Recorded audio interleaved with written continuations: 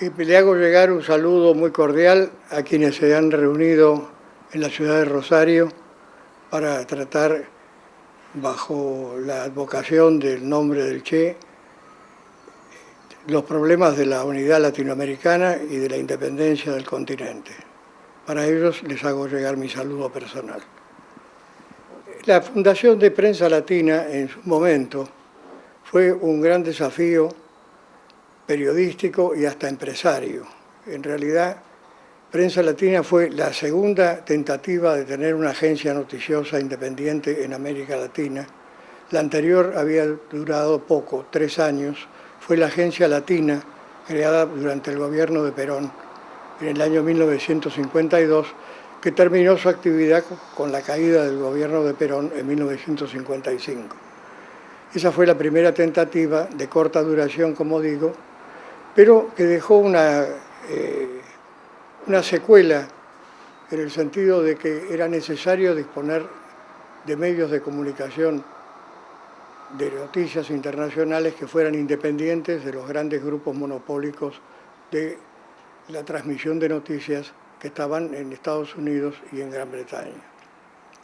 Hay una curiosidad que vale la pena recordar. En la Agencia Latina del gobierno peronista entre 1952 y 1955, trabajaron Jorge Ricardo Massetti, que luego fundaría Prensa Latina, y el mismo Che Guevara en la oficina de la Agencia Latina en México.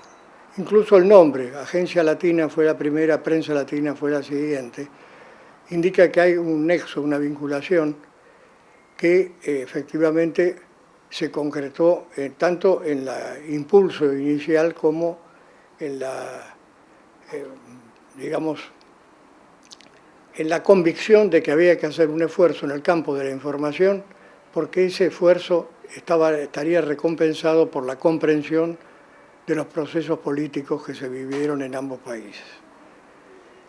Yo me incorporé a Prensa Latina en el momento de la fundación, el año 1959, y trabajé para la agencia de manera permanente en La Habana aproximadamente 2 años, y después continué siendo corresponsal, por algunos periodos, corresponsal periodístico de la agencia. En la década del 80, hace tiempo que no colaboro con la agencia, pero de todos modos conservo muchos amigos en ella, en fin, muchos amigos veteranos, quiero decir, ¿no? No conozco bien a las jóvenes generaciones de periodistas de Cuba, pero a veces encuentro motivos de interés en la prensa, en lo que se publica. La agencia Prensa Latina realmente rompió con un molde que indicaba que solamente la transmisión de noticias en inglés valía la pena. Acá, en el caso particular de la Argentina, el material que publicaban los periódicos era de la United Press y la Associated Press, la International News Service y la agencia Reuters. El material iba a la capital respectiva y volvía en inglés, donde en Buenos Aires se retraducía y se incorporaba al sistema noticioso. Este era el grado de dependencia, era de hecho una censura muy fuerte y realmente había un poder monopólico sobre qué se transmitía y qué no se transmitía. En el caso particular de la agencia United Press, yo recuerdo que dio 2 veces la noticia de la muerte de Fidel Castro, que fue necesario que saliera Herbert Matthews, un gran periodista de Estados Unidos, del New York Times, que saliera de Estados Unidos y fuera a la Sierra Maestra para confirmar que el muerto estaba vivo. Es decir, esto en la etapa inmediatamente anterior al triunfo de la Revolución.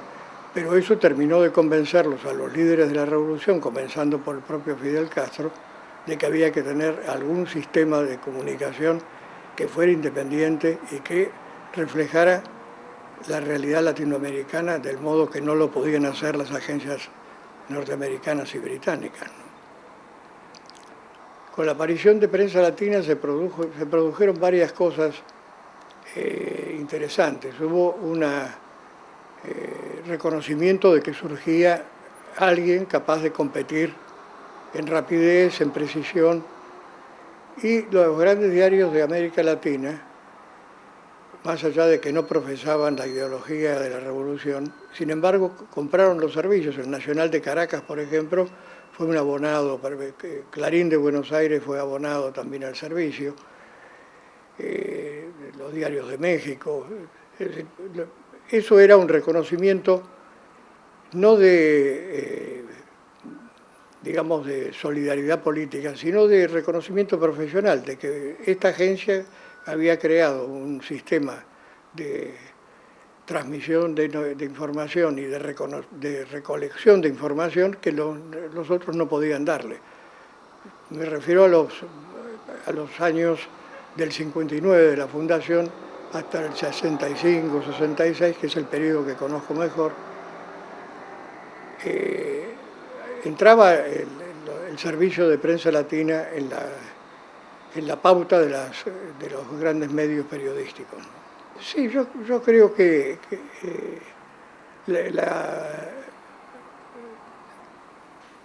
la complejidad del sistema informativo actual es diferente de la que de los años 50, ¿no? Es decir,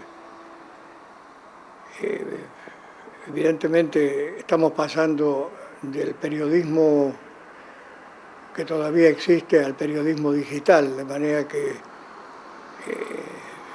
creo que la información toma otros cauces, ya tomó otros cauces. Resulta difícil comprender lo que significó como hazaña profesional Prensa Latina en la actualidad, porque han pasado 50 años, algo más de 50 años, y entonces desde las formas de transmisión hasta la forma de redactar la información, todo esto ha cambiado. Así que uno habla de algo que no existe, es decir, que no existe o que prácticamente está dejando de existir, que es la comunicación clásica a través de los... Yo recuerdo la emoción con que veíamos salir por la banda impresa de las teletipos. Todos estos aparatos hoy están en el Museo del Periodismo, de manera que hay que ver qué va a pasar con el periodismo digital y con el control monopólico de la transmisión internacional de noticias, ¿no? Yo no lo tengo claro, por lo menos. No tengo un juicio formado sobre qué va a pasar y no creo que nadie lo tenga formado. Hace poco, Rupert Murdoch, que es uno de los amos de la prensa mundial, el dueño del Times de Londres, en fin, es un potentado australiano, declaró que consideraba que la etapa del periodismo de papel estaba concluida y que todos sus esfuerzos iban a concentrarse en el periodismo digital. Esto es serio, porque entrar al periodismo digital significa inversiones que no sé cuántos van a estar en condiciones de soportar. Me refiero a los medios y a las agencias y a los propios países, es decir, pero esto es una decisión tomada en los más altos niveles del poder mundial. Es decir, la digitalización de la información es un tema bajo observación desde mi punto de vista. Las consecuencias creo que no se pueden prever. Teniendo en cuenta que esta reforma proviene de la concentración del poder mundial más grande que se conoce, hay que estar preparado para recibir alguna desilusión. Yo por las dudas lo tengo bajo observación, ¿no? Rodolfo Walsh fue un periodista cabal y con un compromiso que le costó la vida,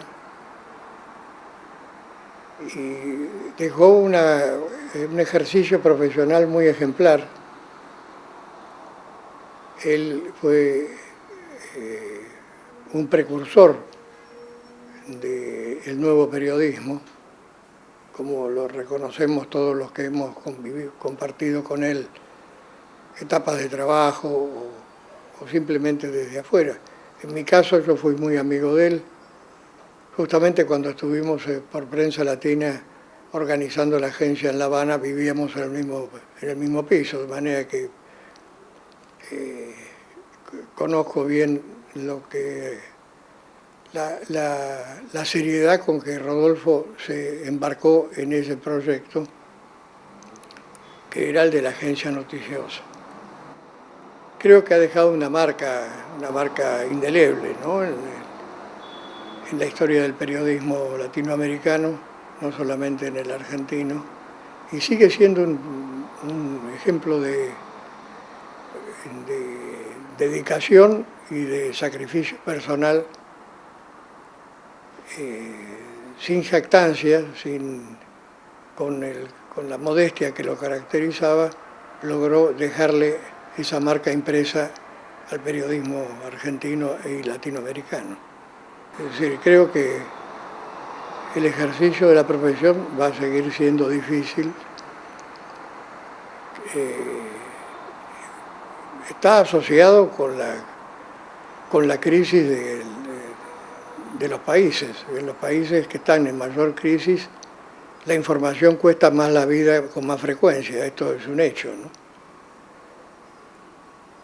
De manera que hay que computarlo como uno de los riesgos, pero esta es una vieja experiencia de los periodistas profesionales. Ha habido siempre riesgo de vida a cambio de transmitir la información y la verdad. Rodolfo en ese sentido dejó un ejemplo importante, ¿no?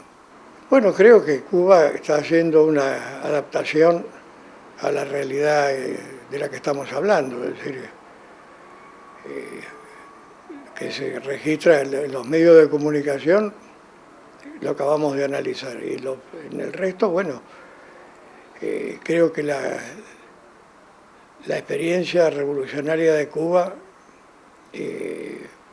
sin duda tuvo una influencia enorme en su momento, y los cambios en Cuba se ven con interés, yo los veo con mucho interés, como revelación de una capacidad de adaptación a la realidad muy importante, de manera que veamos cómo evoluciona la situación y cómo se sobrevive en un mundo que está en otra cosa, ¿no?